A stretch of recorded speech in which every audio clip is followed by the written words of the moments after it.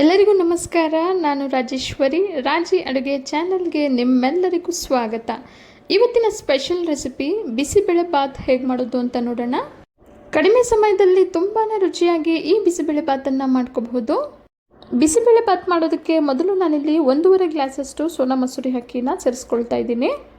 ಈಗ 3ರಿಂದ 4 ಸಲ ಚೆನ್ನಾಗಿ ವಾಶ್ ಮಾಡ್ಕೊಳ್ಳೋಣ. ಅಕ್ಕಿನ ಚೆನ್ನಾಗಿ ವಾಶ್ ಮಾಡಾಗಿದೆ. ಈಗ ಇದಕ್ಕೆ ಅರ್ಧ ಗ್ಲಾಸಷ್ಟು ತೊಗರಿಬೇಳೆನ ಚೆನ್ನಾಗಿ ತೊಳೆದು 15 ನಿಮಿಷ ನೆನೆಸಿಟ್ಟಿದ್ದೆ. ಈಗ ನೆಂದಿರೋ ತೊಗರಿಬೇಳೆನ ಸೇರಿಸ್ಕೊಳ್ತಾ ಇದ್ದೀನಿ. ನಂತರ ಒಂದು ಸಣ್ಣ ಆಲೂಗಡ್ಡೆನ ಕಟ್ ಮಾಡಿ ಸೇರಿಸ್ಕೊಂಡಿದ್ದೀನಿ. 1 ಕಪ್ಪಷ್ಟು ಬೀನ್ಸು ಹಾಗೆ 1 ಕಪ್ಪಷ್ಟು ಕ್ಯಾರೆಟನ್ನು ಕಟ್ ಮಾಡಿ ಸೇರಿಸ್ಕೊಂಡಿದ್ದೀನಿ. ನಂತರ 2 ಕೈ ಹಿಡಿಯಷ್ಟು ಹಸಿ ಕಡಲೆ ಬೀಜನ ಸೇರಿಸ್ಕೊಳ್ತಾ ಇದ್ದೀನಿ. ತರಕಾರಿಗಳನ್ನು ಇದೇ ಸೇರಿಸಬೇಕು ಅಂತೇನಿಲ್ಲ, ನಿಮ್ಗೆ ಇಷ್ಟವಾಗೋ ಯಾವುದೇ ತರಕಾರಿಗಳನ್ನು ಸೇರಿಸ್ಕೋಬಹುದು.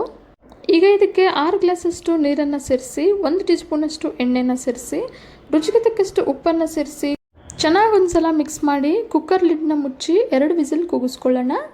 ಅಕ್ಕಿನ ಯಾವ ಗ್ಲಾಸಲ್ಲಿ ತೊಗೊಂಡಿದ್ನೋ ಅದೇ ಗ್ಲಾಸ್ ಅಳತೆಗೆ ಅರ್ಧ ಗ್ಲಾಸಷ್ಟು ತೊಗರಿಬೇಳೆಯನ್ನು ನಾನಿಲ್ಲಿ ಸೇರಿಸ್ಕೊಂಡಿದ್ದೀನಿ.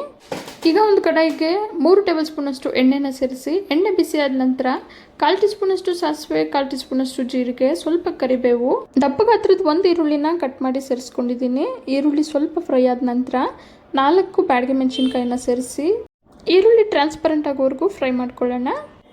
ಈರುಳ್ಳಿ ಚೆನ್ನಾಗಿ ಫ್ರೈ ಆದ ನಂತರ ದಪ್ಪ ಗಾತ್ರದ 1 ಕ್ಯಾಪ್ಸಿಕಮ್ನ ಕಟ್ ಮಾಡಿ ಸೇರಿಸ್ಕೊಂಡಿದ್ದೀನಿ.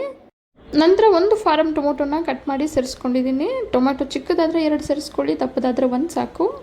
1/4 ಟೀ ಸ್ಪೂನಷ್ಟು ಅರಿಶಿನ ಪುಡಿ, 1 ಟೀ ಸ್ಪೂನಷ್ಟು ಖಾರದ ಪುಡಿಯನ್ನು ಸೇರಿಸಿ 3 ಟೇಬಲ್ ಸ್ಪೂನಷ್ಟು ಹುಣಸೆ ರಸನ ಸೇರಿಸ್ಕೊಳ್ತಾ ಇದ್ದೀನಿ. ಸ್ವಲ್ಪ ಹಿಂಗು, 6 ಟೀ ಸ್ಪೂನಷ್ಟು ಬಿಸಿಬೇಳೆ ಬಾತ್ ಪುಡಿಯನ್ನು ಸೇರಿಸ್ಕೊಳ್ತಾ ಇದ್ದೀನಿ. ನಂತರ ಅರ್ಧ ಟೀ ಸ್ಪೂನಷ್ಟು ಉಂಡೆ ಬೆಲ್ಲನ ಪುಡಿ ಮಾಡಿ ಸೇರಿಸ್ಕೊಂಡಿದ್ದೀನಿ. ಈಗ ಚೆನ್ನಾಗಿ ಮಿಕ್ಸ್ ಮಾಡ್ತಾ ಮೀಡಿಯಂ ಫ್ಲೇಮಲ್ಲೇ 3ರಿಂದ 4 ನಿಮಿಷ ಬೇಯಿಸ್ಕೊಳ್ಳೋಣ. ಅಕ್ಕಿ ಬೇಳೆ ತರಕಾರಿ ಬೇಯಿಸಬೇಕಾದ್ರೂ ರುಚಿಗೆ ತಕ್ಕಷ್ಟು ಉಪ್ಪನ್ನು ಸೇರಿಸ್ಕೊಂಡಿದ್ವಿ. ಈಗ ಈ ಗೊಜ್ಜಿಗೆ ಎಷ್ಟು ಬೇಕೋ ಅಷ್ಟು ಉಪ್ಪನ್ನು ಸೇರಿಸ್ಕೊಳ್ತಾ ಇದ್ದೀನಿ. ಉಪ್ಪನ್ನು ಸೇರಿಸಿ ಚೆನ್ನಾಗಿ ಮತ್ತೊಮ್ಮೆ ಮಿಕ್ಸ್ ಮಾಡ್ತಾ ಬೇಯಿಸ್ಕೊಳ್ಳೋಣ. ಕುಕ್ಕರಲ್ಲಿ ಅಕ್ಕಿ ಬೇಳೆ ತರಕಾರಿ ಬೇಯಕ್ಕಿಟ್ಟಿದ್ವಲ್ಲ, ಅದೀಗ 2 ವಿಸಿಲ್ ಬಂದು ಗ್ಯಾಸ್ ಎಲ್ಲ ರಿಲೀಸ್ ಆಗಿದೆ. ಬನ್ನಿ ಈಗ ಕುಕ್ಕರ್ ತೆಗೆದು ನೋಡೋಣ. ತೊಗರಿಬೇಳೆನ ಮೊದಲೇ ನೆನೆಸಿಟ್ಟು ಸೇರಿಸಿರೋದ್ರಿಂದ ಅಕ್ಕಿ ಬೇಳೆ ತರಕಾರಿಗಳೆಲ್ಲ ಒಂದೇ ಹದವಾಗಿ ತುಂಬ ಚೆನ್ನಾಗಿ ಬೆಂದಿರುತ್ತೆ. ಈಗ ಒಗ್ಗರಣೆನ ಕುಕ್ಕರ್ಗೆ ಸೇರಿಸಿ ಗ್ಯಾಸನ್ನು ಲೋ ಫ್ಲೇಮಲ್ಲಿಟ್ಟು ಚೆನ್ನಾಗಿ ಮಿಕ್ಸ್ ಮಾಡ್ಕೊಳ್ಳೋಣ. ಮಿಕ್ಸ್ ಮಾಡಿದ ನಂತರ ಕನ್ಸಿಸ್ಟೆನ್ಸಿ ನೋಡಿ ತೀರಾ ತೆಳುವಾಗಬೇಕಂತಂದರೆ ಬಿಸಿ ನೀರನ್ನು ಸೇರಿಸಿ ಮಿಕ್ಸ್ ಮಾಡ್ಕೋಬಹುದು. ನಾನಿಲ್ಲಿ ತೀರಾ ತೆಳುವಾಗೂ ಮಾಡ್ಕೊಳ್ತಿಲ್ಲ, ತೀರಾ ಗಟ್ಟಿಯಾಗೂ ಮಾಡ್ಕೊಳ್ತಾ ಇಲ್ಲ. ಚೆನ್ನಾಗಿ ಮಿಕ್ಸ್ ಮಾಡಿದ ನಂತರ ಲೋ ಫ್ಲೇಮಲ್ಲೇ 4 ನಿಮಿಷ ಬೇಯಿಸ್ಕೊಳ್ಳೋಣ.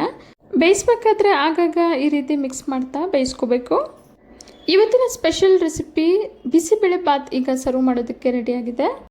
ಕಡಿಮೆ ಸಮಯದಲ್ಲಿ ತುಂಬಾ ಸುಲಭವಾಗಿ ರುಚಿಯಾದ ಬಿಸಿಬೇಳೆ ಬಾತನ್ನು ಮಾಡ್ಕೋಬಹುದು. ಬಿಸಿ ಬಿಸಿಯಾಗಿ ತುಂಬಾ ರುಚಿಯಾದ ಬಿಸಿಬೇಳೆ ಬಾತ್ ನಿಮಗೆಲ್ಲ ಇಷ್ಟ ಆಗಿದೆ ಅಂದ್ಕೊಂಡಿದ್ದೀನಿ. ಇಷ್ಟ ಆಗಿದ್ದರೆ ಈಗಲೇ ಒಂದು ಲೈಕ್ ಮಾಡಿ, ಹಾಗೆ ನಿಮ್ಮ ಫ್ಯಾಮಿಲಿ ಆ್ಯಂಡ್ ಫ್ರೆಂಡ್ಸ್ ಜೊತೆ ಶೇರ್ ಮಾಡಿ. ಮತ್ತಷ್ಟು ಸುಲಭ ಹಾಗೂ ರುಚಿಯಾದ ರೆಸಿಪಿಗಳಿಗೋಸ್ಕರ ರಾಜಿ ಅಡುಗೆನ ಸಬ್ಸ್ಕ್ರೈಬ್ ಆಗೋದನ್ನು ಮರಿಬೇಡಿ. ಹಾಗೆ ನೀವು ಕೂಡ ಒಮ್ಮೆ ಈ ಬಿಸಿಬೇಳೆ ಬಾತನ್ನು ಮನೆಯಲ್ಲಿ ಟ್ರೈ ಮಾಡಿ. ಹಾಗೆ ನಿಮ್ಗೆ ಹೇಗೆ ಬಂತು ಅಂತ ನಿಮ್ಮ ಅನಿಸಿಕೆ ಅಭಿಪ್ರಾಯಗಳನ್ನು ಕಮೆಂಟ್ ಮುಖಾಂತರ ತಿಳಿಸಿ. ಮತ್ತೊಂದು ರುಚಿಯಾದ ರೆಸಿಪಿಯೊಂದಿಗೆ ಮುಂದಿನ ವಿಡಿಯೋದಲ್ಲಿ ಸಿಗೋಣ. ಧನ್ಯವಾದಗಳು.